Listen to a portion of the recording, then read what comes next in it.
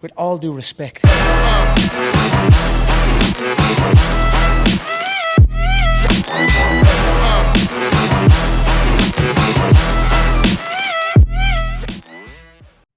Hey, we're Josh Ortegon and Greg Gaines, and this is With All Due Respect, the show where we keep it real about health, fitness, and performance. From weight loss to sports development, we're covering the conversations that matter. Follow us on Instagram at Phenom Fitness, PHNM Fitness, and visit www.phenomfit.com to check out our training programs, coaching, and gear built for real results. Let's get into it. All right, we're going to go with it. We're episode 72.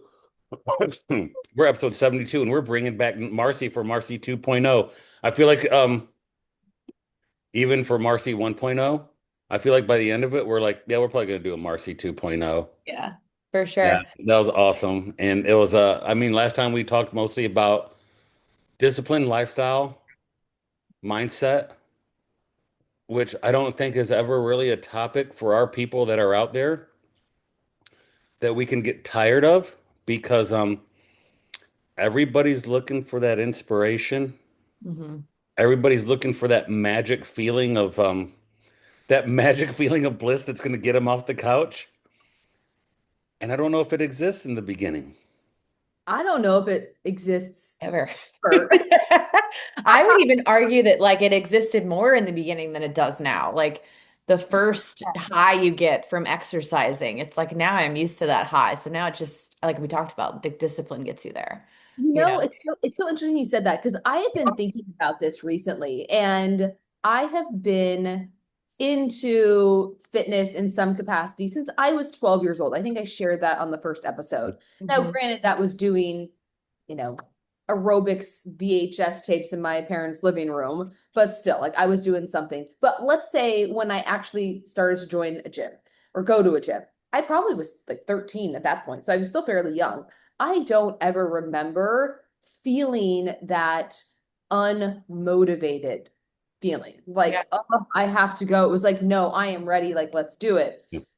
But now, I mean, more days than not, I don't want to go. Once I'm there, I'm fine. But I like to say, like, I'm kind of lazy at heart. And you could put me on a couch and like I am a busybody, so to speak. So I do like to be like, doing things and whatnot. But at the same time, like if I stay there for too long, it is hard for me to like get up and overcome that inertia. Do you think that's because this is how I feel about mine. Do you think it's because you're not necessarily working towards a physique goal now? Like you're prideful in your physique already. So it's not like you're pushing yourself to change your physique every single day. Yeah, I mean that could be. I mean, I Yeah. am still pushing. Like I'm not at the point where I'm like I'm so just satisfied with where I am. Like I always want to strive for more, but Sure. there's not that sense of urgency where I'm so uncomfortable in my skin. Yes. Got to lose this weight because I don't feel good about myself. Like, and then that's where it started from. So maybe that is why I felt more motivated, all the time because like, and that's a great point. Like there was a reason to be doing it. And now it's just like a part of who I am, what I do. And like, if I never lifted another day in my life, but I could maintain my physique, I would be good. So yeah, that makes sense. I have clients, and let me know if you have this similar experience. I work my coaching off 28-day calendars. Mhm. So what we do is for anybody out there, we don't do anything special. We have a consult, we put down some process goals, we create a process goals calendar that has their daily process goals on it. And all they're doing daily is checking off the days they hit all of their process goals, checking on the days they only hit two of the three. And at the end of the 28 days, we look at consistency. If you think you can do that on your own, then I'm kind of like, do it on your own. But there's a lot of strategy to that, right? A daily process goal of getting your body weight and protein means there's a ton of strategy there from how you shop, how you cook, how you plan your day. Like there's tons of strategy within that. It's not as easy as just get your protein. There's tons of strategy. And then We look at the 28 days, we address it, we either dial them back, we either add a habit to it, or work on being more consistent on the one you have. Yep. And that has tended to be something that gives some people a visual that they can start building on and they look at. And like, there's a lot of people that are like, man, I had to do that 30-minute walk. It was 7 o'clock at night. I was on the couch. I didn't want to put an X. I wanted to put a check mark on that. So I got up and did it. And that's just an inspiration, right? And that's as easy as I do my coaching. And we work on strategy and looking at their sheet. And I always feel like right around the third time through, the third month, it starts to get repetitive, a little boring. They Mhm. start losing a little bit of motivation. Maybe they didn't see the weight loss they wanted. And that's when I really have to do the coaching of going back to where we were. Yes. Do you Yes. find that there comes a spot where they're like, is it 3 months for you? Is it 6 months for you? What are you seeing with your people? It's hard to put a timeline on it. Definitely well before 6 months. Okay. I I would say 6 weeks sometimes, like Okay. 2 months. And it really just depends on the person. But yeah, I mean, they are coming out hard, firing on all cylinders in the beginning. Again, like we were saying, I think they have that sense of urgency to make a change. And it's the shiny object syndrome. So it feels exciting in the beginning because you're doing something different. And maybe you are getting that instant gratification, like you're starting to feel a little bit better, maybe energy is improving, even just like feeling better from a confidence perspective, because as you said, you're checking those boxes. And that is a dopamine hit. And us humans, we love dopamine, and like no matter what form it comes in, which, people get it confused that dopamine is just like the pleasure neurotransmitter. And it's really the one of like pursuit. So when you are going after something, like that is where you chase that dope or you experience the dopamine. So yeah, checking the boxes is a great way to do that. But then eventually it's like, okay, it starts to wear off, the fire starts to dwindle a little bit or die down, and you're in this what I call like messy middle, where it's like, oh, I actually have to keep this up for the rest of my life. It's like people don't realize that. And Mhm. I don't understand where the disconnect is. I'm like, you do realize that you have to keep this going forever. My favorite phrase that I coined years ago is you can't go back to your old lifestyle unless you want the results of your own lifestyle back. Mhm. So, and I think maybe that's, part of the reason is they start to realize like, okay, like I'm really, if I'm going to be in this for the long run, it is going to be kind of boring and mundane. And I am going to have to do the things that I don't want to when I don't want to. And that sucks. So, yeah, it happens to, I would say, the majority of my clients. And then it's not even the feeling. I mean, it is the feeling, but it's also the habits start to dwindle a little bit. The accuracy with the tracking. It's like, oh, I was weighing everything on a food scale and now I'm eyeballing portions and using measuring cups and spoons. I'm starting to go out more. I'm ordering in more, whatever the case may be. So like those old lifestyle habits are starting to creep back in a little bit. And I do think people get cocky. So they see some progress, they feel a little bit better, and then, and this is what's called moral licensing. And I think we do it in other areas of our life as well. Oh, I'm going to reward some progress with behavior that negates the progress that I made in the first place. That's so, I always, we had Jordan Syatt on, and Jordan Syatt, big following. And he put up one time, he goes, someone asked him how he determines what content he does. And he goes, I do. He goes, and I'm glad he does this. As somebody with 2 million followers and has good content. He makes content around what's going on with the clients and the people he's talking to that day, Yeah. And right? it's kind of like, oh, if you're a client and you see that post like the next day or two, you're like, oh, he's talking Oh, about that's me. me. And I Yes. was glad to hear he didn't have like this big long timeline of content he's going to promote. He goes, no, I think about things that are going on and either they bother me in the fitness industry or a thing with people I'm talking to about, and I'm inspired by it and I post. And I do the same thing too. Like everything I post either has to do with what I'm going through or what I'm dealing with, a conversation I'm having with a client. And I have a guy that is a guy right now. who's a great dude.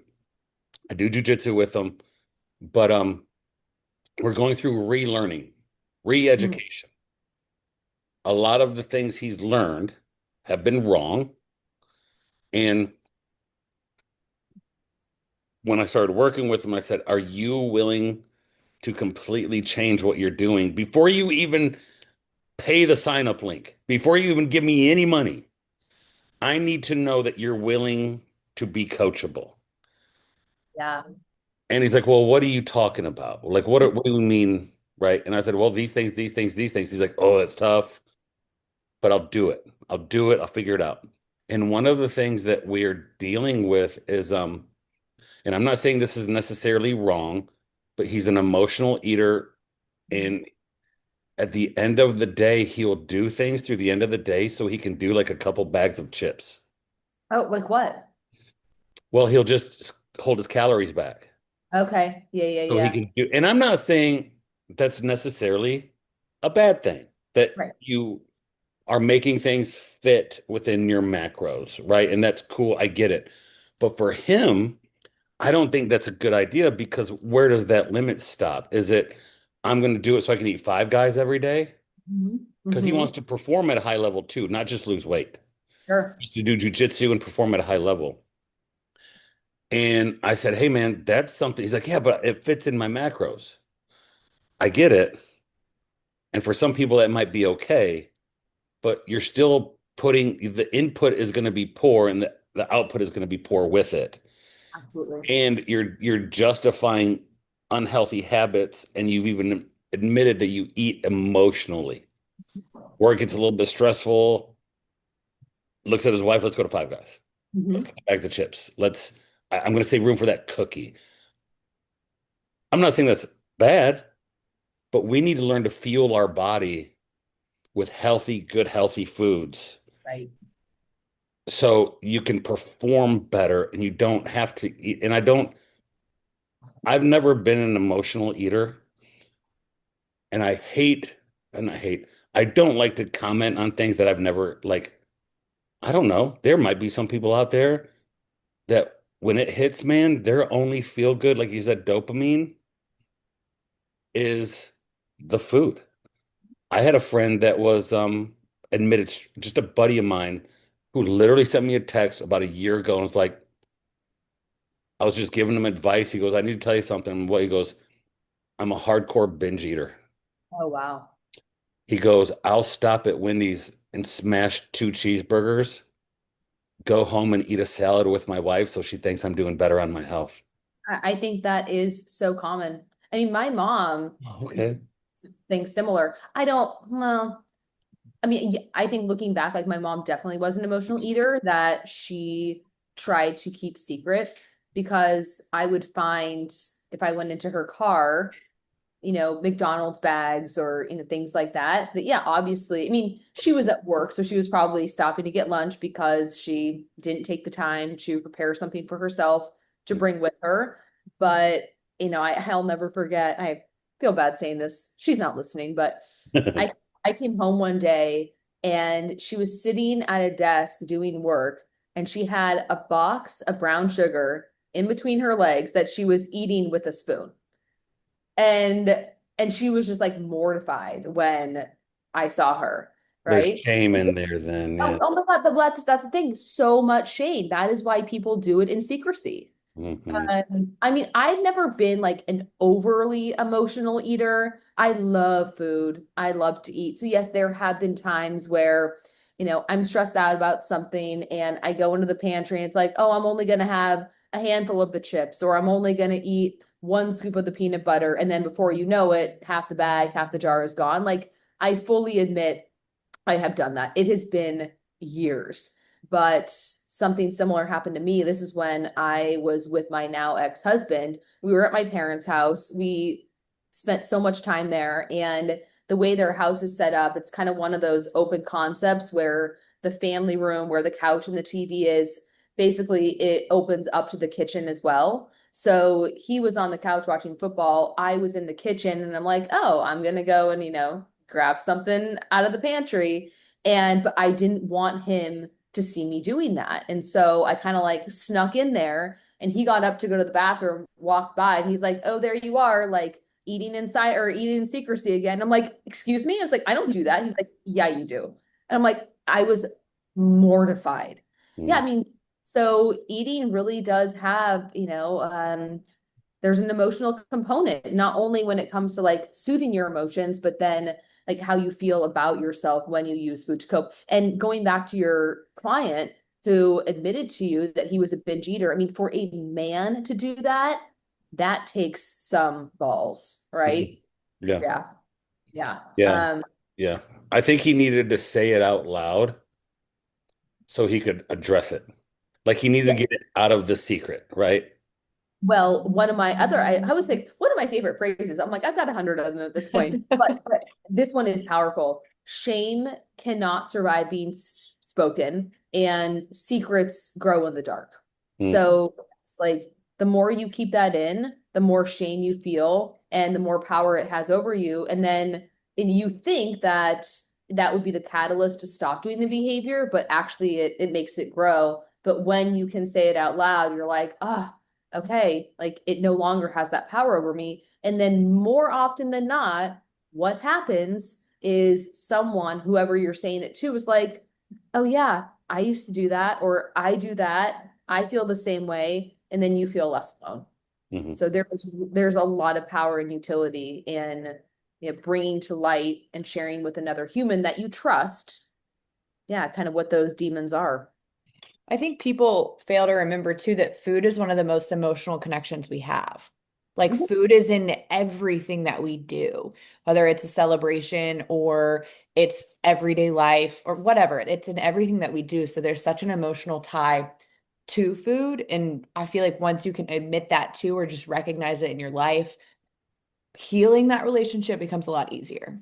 Yeah, 100%. I mean, it's community, it's culture, it's Mhm. connection, it's enjoyment, it's nostalgia. And here we are. I think when someone talks about emotional eating, it's often in the context of I am doing it to numb or distract myself from a negative emotion. Mm. But let's be real, people eat a lot to celebrate as well. Like, oh, you got the job promotion, or someone is getting married, it's a birthday, it's an anniversary, whatever the case. What do? Let's drink, let's go out to dinner, let's buy a cake. Mhm. Even, growing up, and so much of our relationship with food is what was modeled to us as kids. So my best memories of my 41 years on this earth are with my dad and us going and eating somewhere, Mm. getting donuts, getting cookies, going to breakfast. Like, yeah. So food is emotional. Absolutely. How do you deal with a client that you're working with where I would say somebody who's already kind of in fitness is already important. They got a good grasp of healthy eating. They're really doing they're better than the normal person. They're looking to tweak maybe that last 20%, Hmm. but they're dealing with the food reward thing. Like, oh, I did everything perfect this week. I rewarded myself with a cookie. Hmm. Do you run into that in your coaching?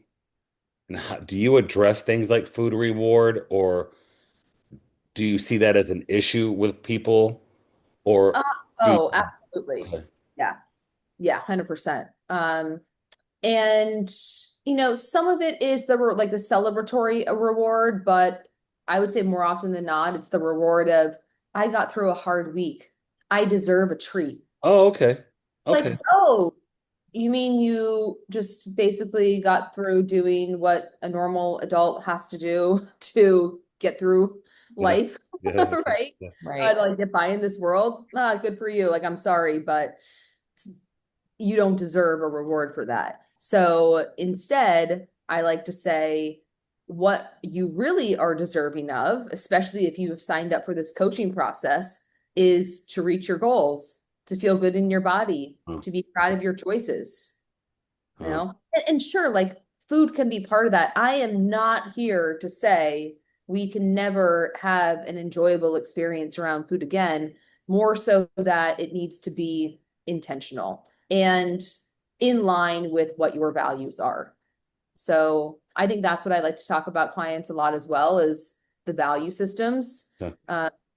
And yeah, I mean, the values can be connection. So if part of that does revolve around food, that is fine. But if you, especially if you have a weight loss goal, then you are going to have to practice some restraint and limit the amount of times that you are partaking or that you are using food in a celebratory manner.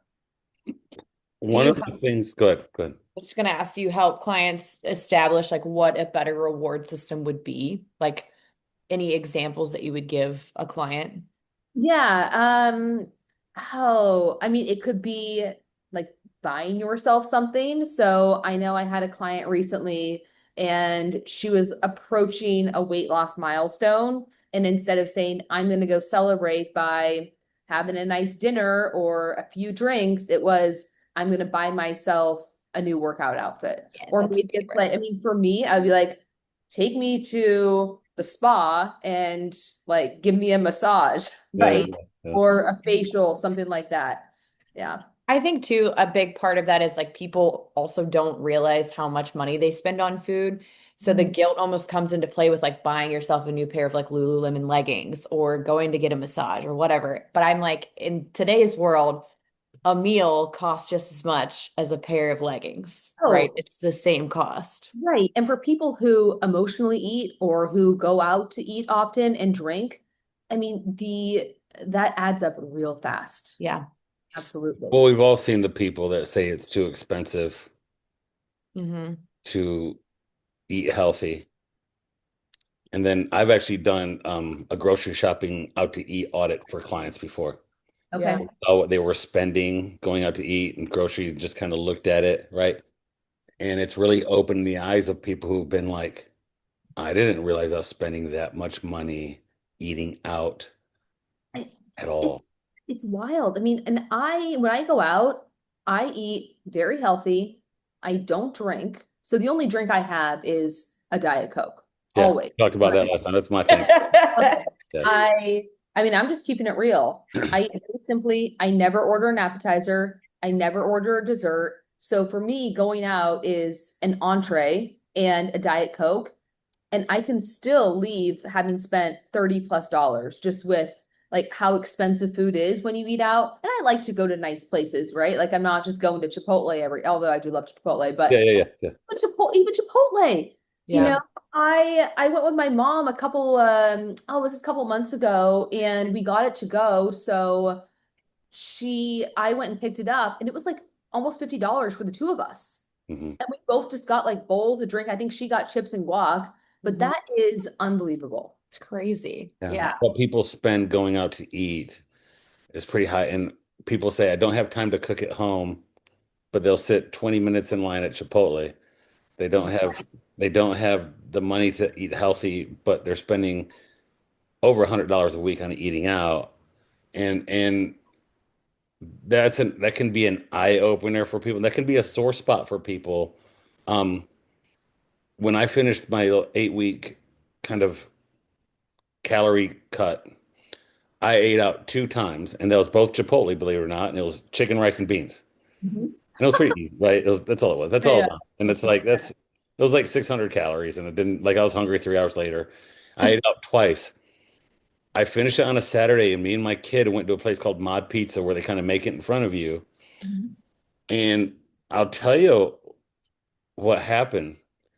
I ate the Mod Pizza. It's the first time I had like regular cheese in forever with tomato sauce. Dude, I had heartburn the whole day. I think I put it in the message with Gray to a friend of ours. And I'm like, guys, it's not even about the treats and the calories and the food being good for me. I just don't want to feel like I didn't eat again for 4 hours. My stomach felt heavy. I had heartburn. Like my digestion was messed up. And I'm just like, I'm gonna get off the calorie cut, but I'm gonna bump up 400 calories and I'm gonna make it be all good stuff. because I just realized I must have felt bad. And I No. ate all the whole food for 8 weeks. I go out one time and eat this, and I'm just like, I don't Ugh. feel good. It's not even Yeah. about the taste. I just didn't feel good. It's not worth it. And like people like us, we can understand that. I do have to go back to what you were saying about waiting in line at Chipotle for 20 minutes. And I don't think I've ever waited that long. However, In-N-Out Burger, there's one 10 minutes down the road from my house. It has been open since I was in high school, so 25 years at this point. Yeah. And to this day, the drive-through line at In-N-Out Burger is a good 100 yards long, Oh my right? God.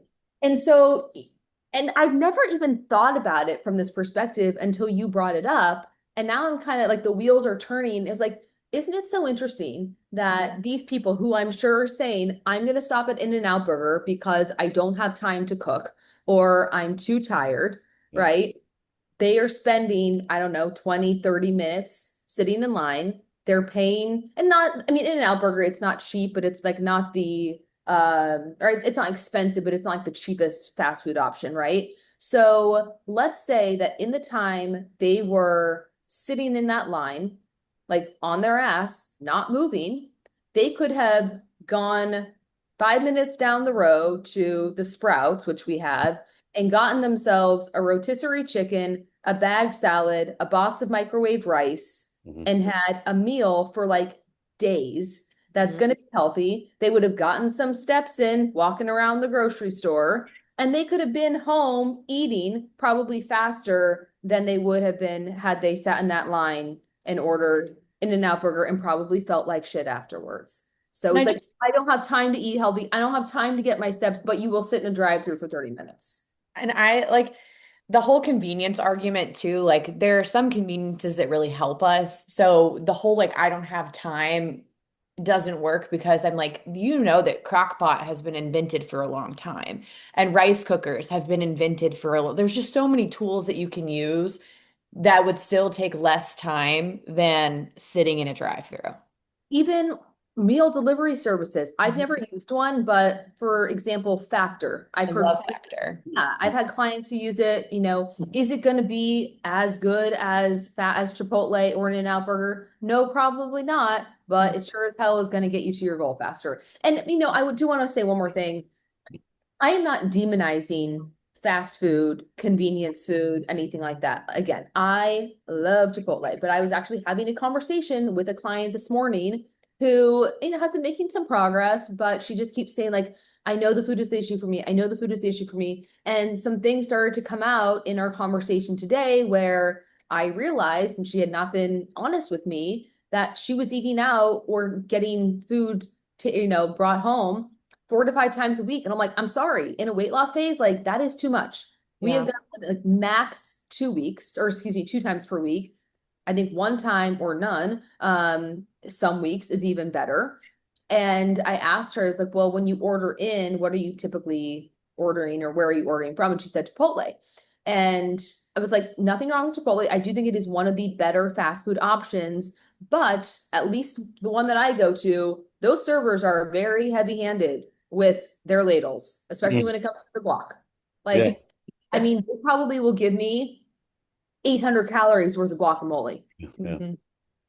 So, yeah, I mean, you can be making like the healthiest choice. And we talked about this on the last episode, why so many women fall in the trap of healthy eating, believing that that's going to be a weight loss strategy, and it's not because these healthy foods have so many calories, and then they are not quantifying the portion size. Right. Right. Yeah. I do think there are people that can eat out. Here's the trick I have with tracking. I How do I say this? There's a group of people that have kind of come into the fitness industry and the nutrition coaching industry, and they're very motivated by making people feel good. Hmm. And they want to be like, "Oh, it's okay. If you had that bad day, just have a the next day good." And there's you have to meet people where they're at, but like we're allowing people to use moderation and tolerance to not get anywhere. Mhm. And True. they're worried about people's feeling. And I said, you got to have coach with empathy, right? You do. But like at some point, you need to sit down with people and be like, hey, what's happening and what you're doing is not going to get you where you want to be. Mhm. And if you're really serious about your goals, that's not okay, right? So I do like the idea of getting all my people to at some point start tracking something. We have to Mhm. track something. Mhm. A lot of time people start out with protein and fiber. We'll get to calories. They'll eventually move and they're tracking calories. It gets easier for them. They realize it doesn't take all day and it's good for them. It's not disordered. It's not unhealthy. You manage what you measure. Um, and one of my tricks about tracking is people will come to me and be like, man, it's going to be really hard for me to track because I eat out so much. And the trick is quit eating out so much. Mhm. And I'll Exactly. say, well, what's your best thing you should do? It's like, man, I guess I gotta start eating out less and eat cooking my food and bringing food when I'm on a 6 hour work trip and have my food with me to eat in the car. I'm like, yes, Yeah. that's the trick. You track. Eating out is hard. You eat out less. You consume less calories. You know what you're cooking. You learn to prepare food. Yep. Tracking allows that to happen.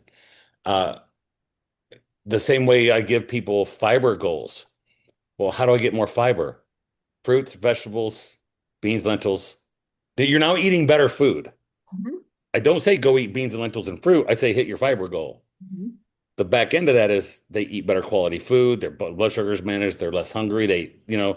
So, but my trick usually with people in eating out is getting them to track things and realizing it's really hard to track when you're going to all these restaurants. Yeah. Yep. Yeah. Especially if you're ordering something where that meal is even more difficult to track, like a burrito, a Yeah, lasagna. yeah, So if you're going and getting, for example, I was talking to a client who was going to be going out to Olive Garden, and I encouraged her to look at the menu ahead of time, decide that what she was going to order. She didn't do it, so I did it for her, which I probably shouldn't have. yeah, But Olive Garden, it's like, yeah, you could get the pasta, you could get the lasagna, the Alfredo, whatever it is, or you can get the steak with the broccoli. And I was looking at the the low gluten options, and there was even like a side of pasta that came with it. So like that's going to be much easier to track than something that is all mixed together. And it was nice that the calories were on the menu. It probably a little bit of an undershoot, I would say. So even if the nutrition facts are on the menu, I always recommend like padding it by at least 10, if not like 15, 20% okay, to account for like even more, the heavy handed. Oils and yeah, yeah. Yeah. Yeah. yeah.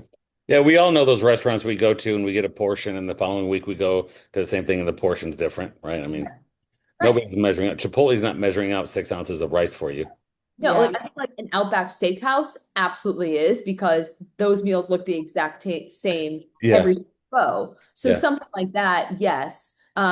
Where I think they need more precision, I think, just in terms of like, how they're ordering and whatnot. But yeah, when everything is already pre-cooked, like a Chipotle, and it's more of a what do you call it, like cafeteria style, then yeah, it's just it's similar to I bet, and I don't know this for sure, I would be curious that if you go to an Outback Steakhouse, and I only know about Outback because my dad actually like had a conversation with someone who worked there, and they said like, yes, everything, like all the steaks are always the exact same size, right? So I bet they are putting those on a food scale, they're yeah, weighing them yeah. somehow. But then so it's the difference between the client who says that they're tracking, but they're using measuring cups and spoons instead of the food scale. So yeah, a steakhouse is they're weighing the meat on the scale, whereas Chipotle, they're using more of like a measuring cup system with the ladle. So Yeah. that's where the inaccuracies really start to add up.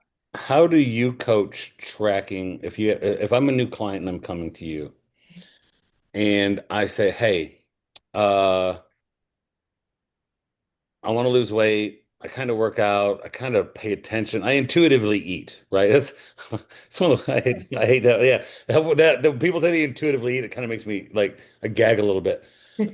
And I would be 300 pounds if I if I intuitively. ate intuitively, it would be. Listen, if I ate intuitively, I would listen. My intuition, I'm sure I have discernment, but when it comes to food, if I ate in like, I got, I wouldn't have food here. Yeah. Because I can eat, and Same. I don't. When people are like, well, I kind of eat intuitively, like, what's that mean? They're like, well, I kind of pay attention to my food. Well, what do you mean? You kind of, well, I make sure I got a little protein. I eat an egg for breakfast for protein. All right, Yeah. we're low, right? That's what they say. But if I'm coming to you and I'm like, Marcy, tracking just seems so hard and so in my day. I can't track it all. Do you start them off with something smaller or do you just be like, hey, you got to figure it out? Rarely does that happen because the majority of clients that I attract already have some tracking history, which is very nice for me. So Okay. if someone Okay. is completely opposed to it, has never done it, don't want to do it, then yes, I will start them off smaller. So just, for lack of a better word, habits. Okay, let's make sure that you are getting a serving of protein and vegetables with every meal. Okay. And then you're eating on some sort of consistent schedule. So let's say 4 meals a day or 3 meals and one snack, just Yeah. so there's some consistency there. And Okay. then we're trying to avoid the mindless snacking, picking, the bites, looks, and tastes, all of that. So you are teaching them how to at least monitor their intake Yes. at some point. Do you try to, as fast as you can, move them to tracking on an app? Yes. Okay. Absolutely. And most of the time people I shouldn't say never. I could count on one hand the number of clients who refuse to do it. So oftentimes they start to realize like when progress isn't happening as fast as they would want, or it's becoming a little bit more difficult to realize like how much is 30 grams of protein if I'm not weighing it. Mm. Then they understand, all right, there is some utility in doing it and they will be willing to, especially because I tell them it's a temporary tool, not a life sentence. So Okay. just as like it helps collapse time so that you can get to your goal faster. So then you can spend less time tracking. Mhm. Do you ever get people that say, um, this is why it's so good for me to talk to other coaches, honestly, and have these conversations. It helps me be a better coach. I'll get people that are like, hey, are we still tracking on point? They're like, oh, I don't worry about it. I eat the same thing every day. Oh my gosh, that drives me fucking crazy. Me too. I Me too. That drives me mad. Yeah, because again, I'm eating the same thing, so which is also code for I'm not tracking, but I also stopped weighing it, right? So Yeah. I'm just going by my eyeballs, which are usually wrong. And the proof is like the data doesn't lie. So if I'm asking, okay, well, you're frustrated and you're not making progress, and you're coming to me wondering why, and now you're saying, well, I stopped tracking because I eat the same thing every day. Well, you're not making progress, so there's a disconnect. Yeah. Also, like you can be the biggest creature of habit ever, and you're not eating the same thing every day. Like I will say, most people generally eat the same breakfast every day and kind of the same snacks. Your other lunch and dinner, you are not eating the same thing every day. Well, unless you're me and I have eaten like the same meal really like for, I mean, I've probably eaten the same breakfast for like 2 years. I love it that much. Same, Yeah, But me but too. same. but But even now, breakfast. but also like, so I'll usually do the same breakfast for like a really long time, the same lunch for like 6 months. My dinners kind of change with the seasons. So Hmm. I'll get in like a kick of like in the fall, the winter, like my vegetable will be more of like a soup, where in the for spring and the summer, it's more a salad or something like Yeah, that.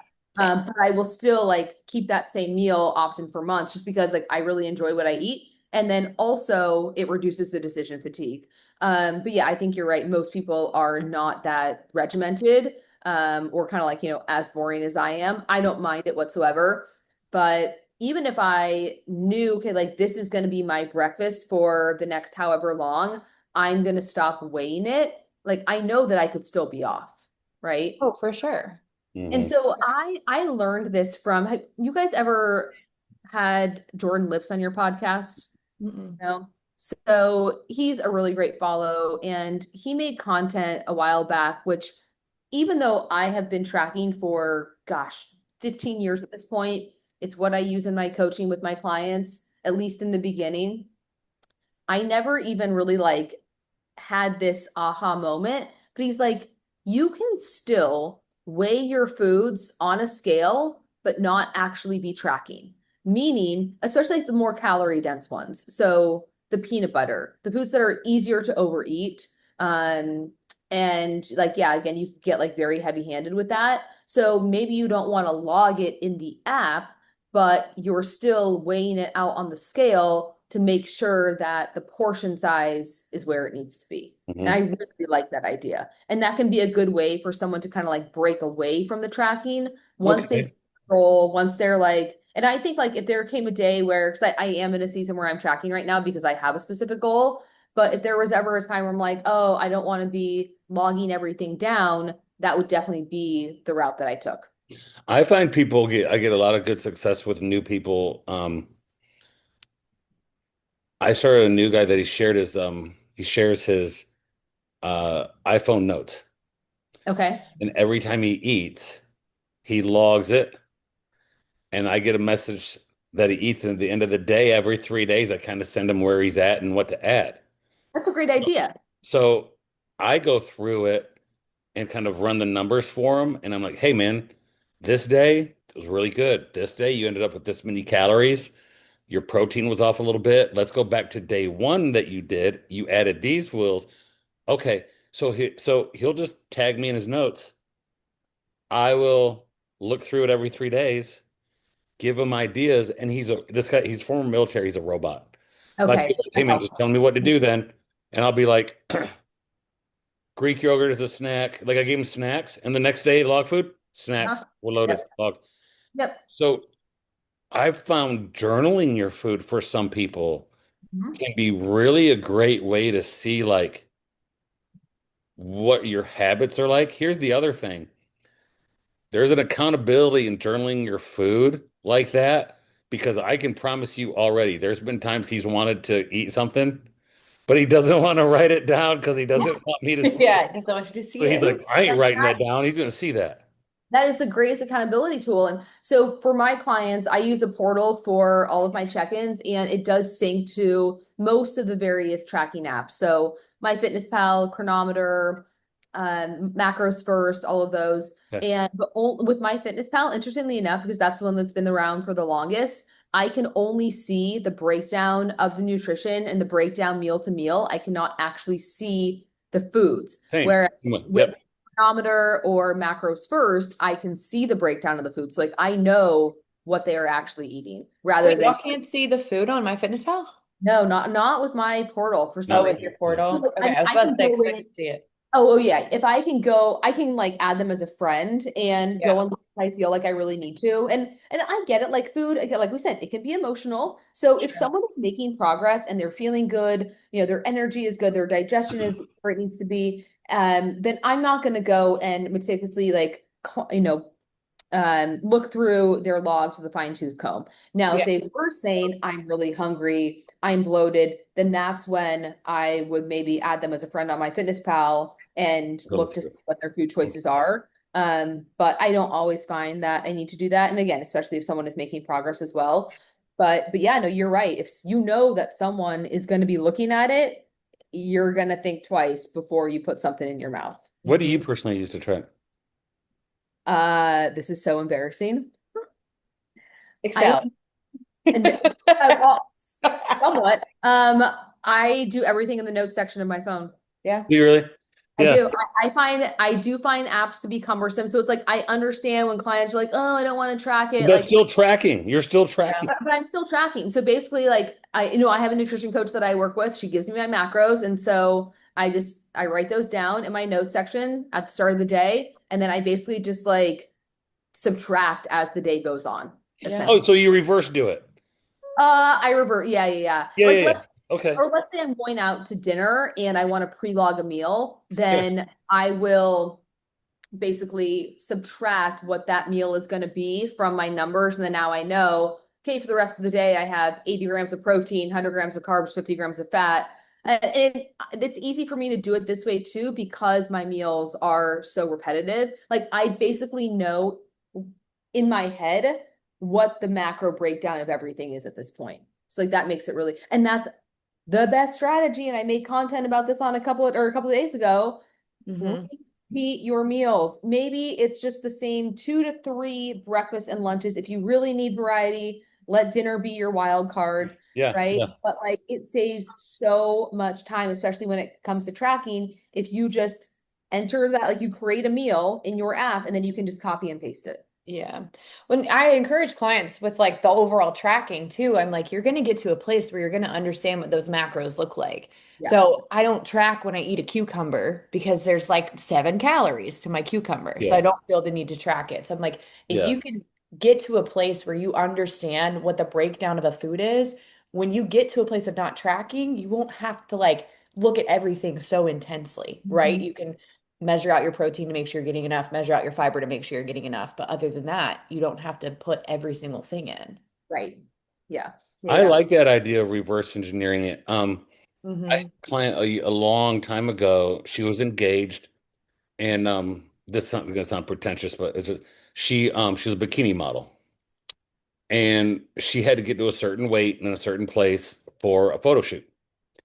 And she was engaged, and every Friday night was dinner night with her fiance.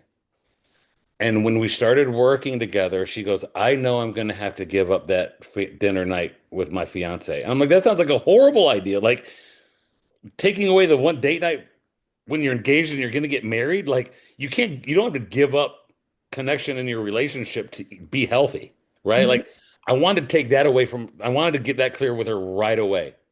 I'm like, because the fiance is probably sitting there going like, dude, Yeah. Friday night was like our date night. Now you got a bikini shoot and you can't do it. Like, so what we did was we found out find her favorite foods.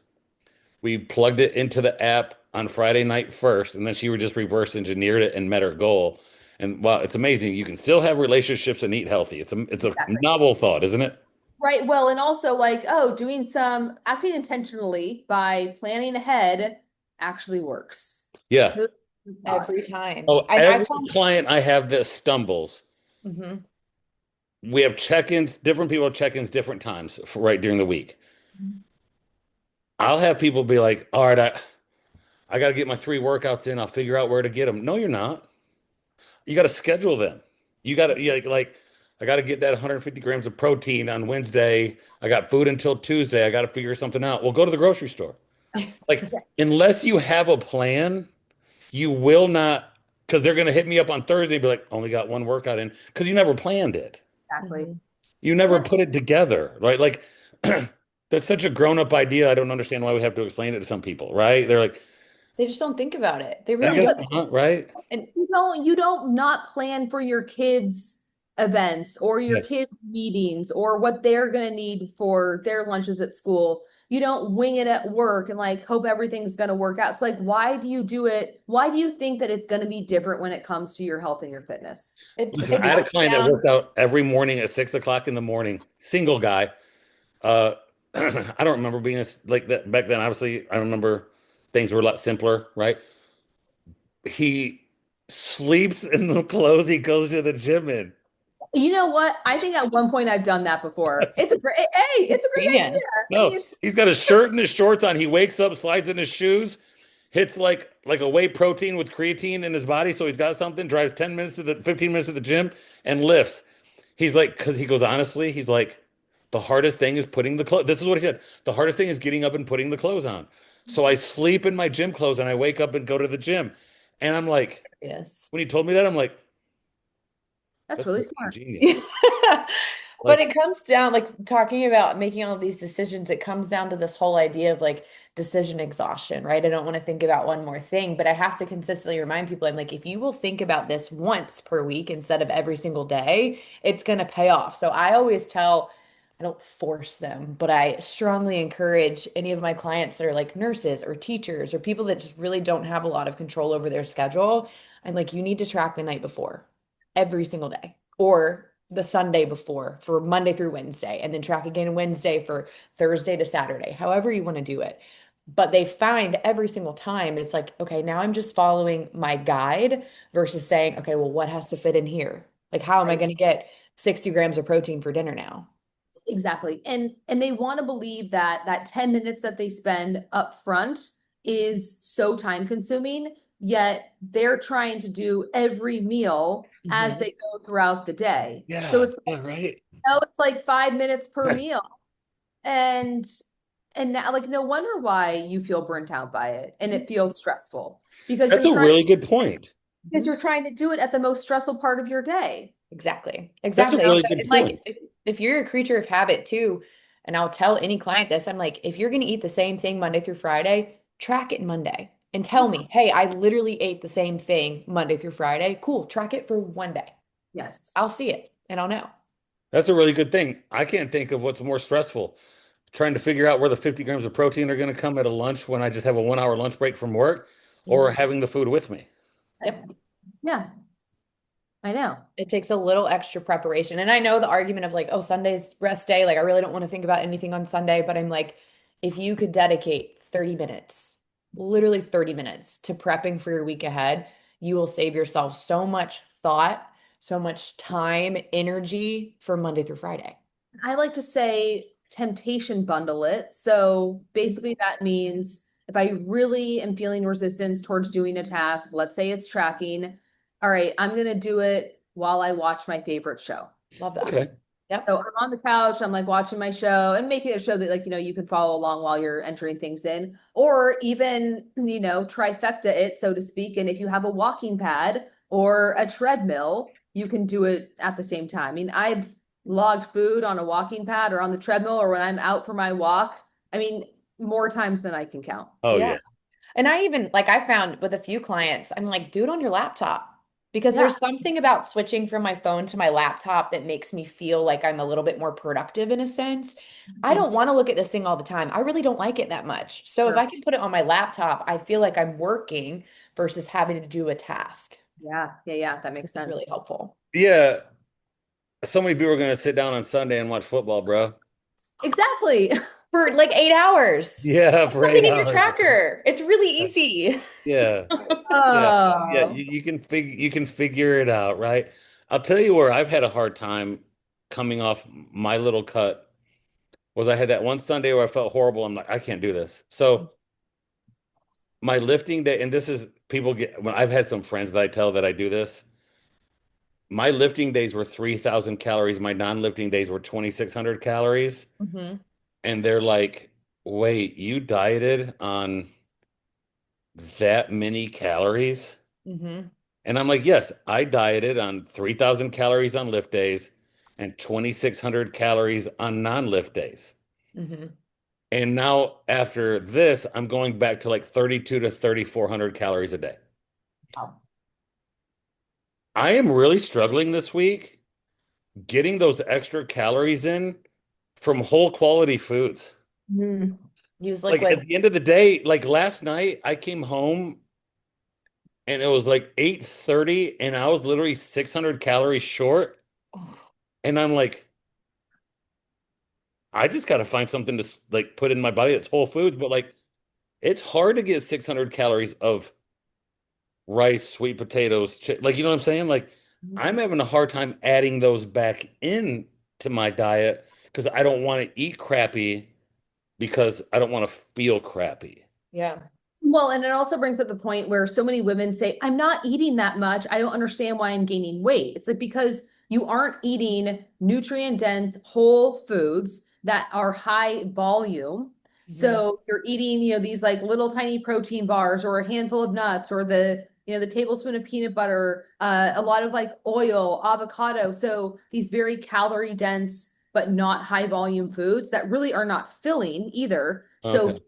visually, you don't feel like you're eating a lot. Physically, you don't feel like you're eating a lot, but calorically you are. And then when we switch them to, and this is why the tracking is so helpful, you got to hit this protein target, you have to hit this fiber target, and now for the most part, it is requiring them to eat higher volume foods. Granted, you can get away with hitting your protein target with Fairlight, shakes and Yeah. bars and like all the crap that is added or that like protein is added to these days.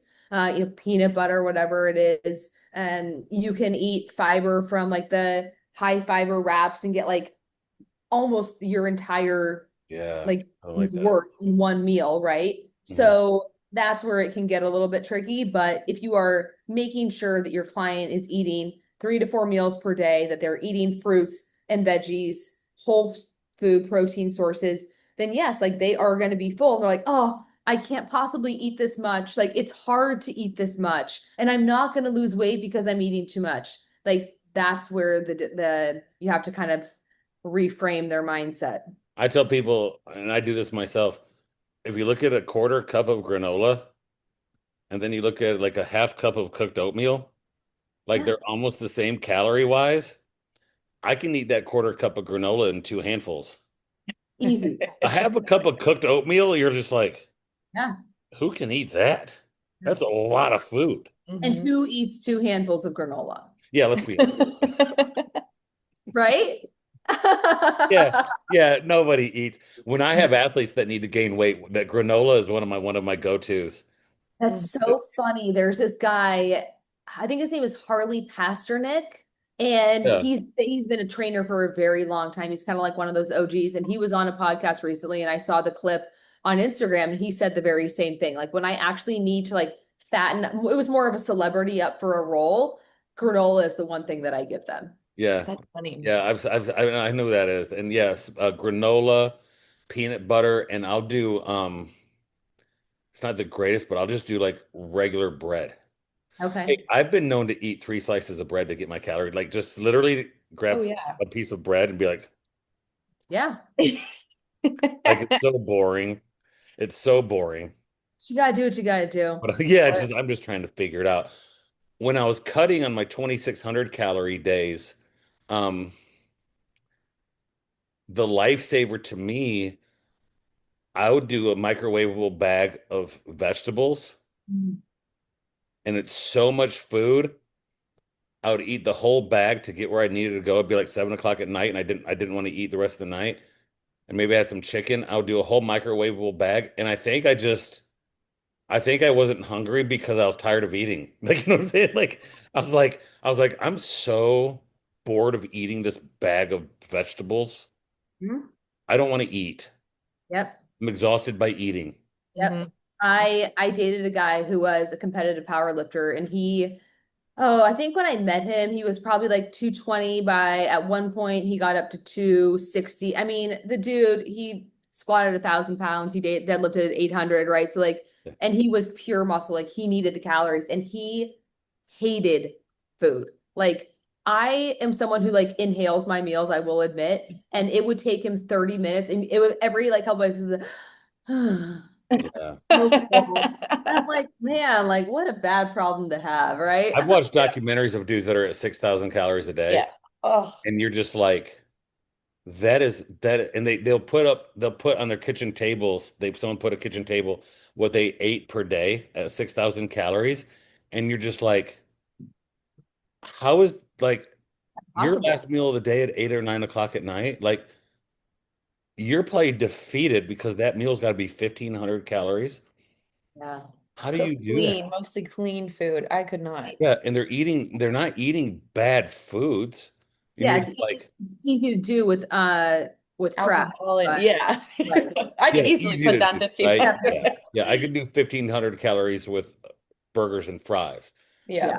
But one of the guys, like one of the meal was like pasta, chicken, homemade tomato sauce, and a whole baguette of bread. Oh Whole my God. baguette of bread.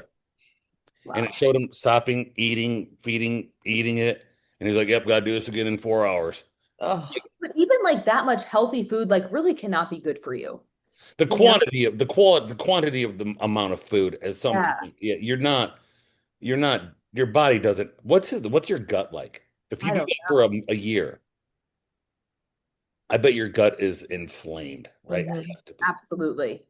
right? Absolutely. It has to be. And then they probably lose 40 pounds right away when they're done and eat normal, and it just naturally drops, Mhm. right? Yeah, I've told people psychologically a cut is very hard for some people. Tactically gaining weight, the tactical aspect of gaining weight is harder. The mental aspect of losing weight is hard, but tactically trying to find a 19-year-old football player. I had a 19-year-old football player this year go from 255 to 275 in a summer, and it was like 4,400 calories a day, and um, even up above that. And at the end of the 3 months of working together, he gained 20 pounds. He goes, Coach, the workouts were the most enjoyable part. 80% of this struggle was the kitchen. He's a Mm-hmm. 19-year-old kid, I believe it. 25 pounds. And he's like, I had to do so much strategy in the day. I'm like, well, what did you do? And this is smart. He broke his day up into thirds, Mhm. and he would do 1,500 calories by 11, 1,500 calories by 4, and 1,500 calories by bed. I So like that. he would give himself benchmarks through the day. And he literally split his day into thirds, what I had to eat the first third, the middle third, and the last third. Sure. And so I didn't, so he goes, because what I found out is there were times I was just trying to eat as much as I could. And he goes, I'd be like 2,600 calories, but it was like five. And how do I get 1,900 calories in 5 hours? Doesn't Yes. Oh, happen. I love that example. So I guess maybe when we think about people who are dieting and maybe you're at, 2,100 calories a day, 7 by 11, 7 by 4, 7 by 9. Yeah. Same thing with I stronger. actually use that, but into fourths. Do you use it into fourths? Yep. Yeah. I mean, the strategy, and I think that's what we do as coaches, right? Like I put a post that got a lot of traction and gray senses because anytime you put like TikTok or Instagram loves Chat GPT. Hmm. So I was like, if the only thing you needed was a workout and macros, because I started to work, I had a string of new clients that worked with clients that called themselves macro coaches that just handed them macros. Mm-hmm. Here are your macros. And yes, macros are a part of it. But I'm like, you can go to Chat GPT and figure out a workout in macros. Yep. Anybody can do that. It's the application. We wouldn't have any obesity in this country if all you needed was macros and and and that you would, because strategy is the hardest part. So uh and I think what we do as coaches is strategy. Strategy, accountability, all that, therapy. Yes. Yeah. Yeah. That's hard enough. Yeah. No, it is. It's so true. Yeah. It's yeah, the I have just in the last year of coaching, it's really finally become to process with me the emotional connection to food It people drives have. everything. It Yeah, Hmm. does. I've heard people say when I'm sad, I eat food. Hmm. And I'm So like, man, like, I've just never done that. I just never and done. that's and yeah, and I think I mean that's really what my role as a coach more than anything is like helping them create what I call is like a toolbox. So what are things that you can put in place other than food when you feel sad, when you feel stressed, when you're overwhelmed, when you've had a bad day, even when you want to celebrate, like we were talking about earlier. Hmm. There's You know how not a many lot. people I've Yeah. had that were like the 2 glasses of wine at night type people that I was like, I don't know if it's the wine, it's just the habit of sitting down and watching your favorite show at 9 o'clock that kind of clicks for you. That's exactly what it is. And yes, it's How do you less coach about that? How do you coach that? If you see uh, something, it's like I do 2 glasses of wine every night to watch my favorite show. by basically saying exactly what you just did. It's not necessarily about the substance itself, it's about the ritual and the routine. And like your brain has just gotten locked into that. So rather than removing it completely, let's replace. Can you replace it with a cup of tea, like a hot chocolate, like a protein hot chocolate, a sparkling water, something like that? So you're still getting the experience, but without the calories, without the negative health consequences, the impacts on your sleep. So yeah, it's replacing, but it can't be something that doesn't give you a similar feeling, Yeah. right?